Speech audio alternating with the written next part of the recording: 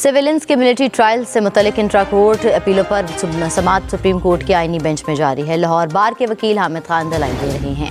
हामिद खान ने मौक़िफ़ अपनाया कि किसी भी हालत में सिविलियंस को इतने बड़े पैमाने पर फ़ौजी अदालतों में ट्रायल नहीं किया जा सकता। फ़ौजी अदालतें आईनी तरमीम के बगैर कायम नहीं हो सकती।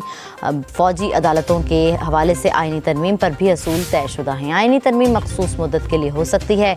जस्टिस मोहम्मद अली मज़हर ने कहा कि 26वीं तरमीम के बाद फ़ौजी अदालतों के फैसले के खिलाफ अपील कहाँ हो सकती है। हामिद खान ने कहा कि हाई कोर्ट में रिट दायर की जा सकती है, मगर इसका दायरा इख्तियार महदूद होता है।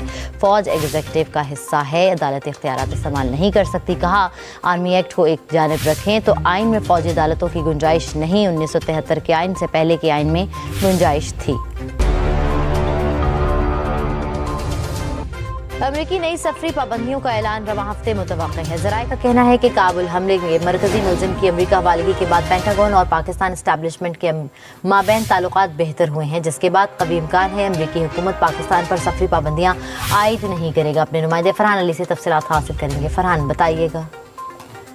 जी बिल्कुल, अमरीकी नई सफरी पाबंदियों का ऐलान रवां हफ्ते मुतवक्किल है। ज़राए के मुताबिक अमरीकी सफरी पाबंदियों की फहरिस्त में पाकिस्तान के शामिल न होने का भी इम्कान है। 12 ममालिक नई सफरी पाबंदियों की जद में आ सकते हैं, जबकि आइंदा पाकिस्तान से ज़दगी के लिए अमरीका जाने वाली पाकिस्तानी खवातीन की अमरीकी एयरपोर्ट पर सख्त चेकिंग भी होगी। इसके अलावा ट्रंप इंतज़ामिया ने कहा कि वर्क और स्टूडेंट वीज़ों वाले पाकिस्तानियों की भी अमरीका में सख्त जाँच पड़ताल की जाएगी, जबकि पाकिस्तान से अमरीका जाने वाली एयरलाइंस के लिए नई एडवाइजरी जारी होने का भी इम्कान है। बहुत शुक्रिया, आप हमें अपडेट कर रहे थे।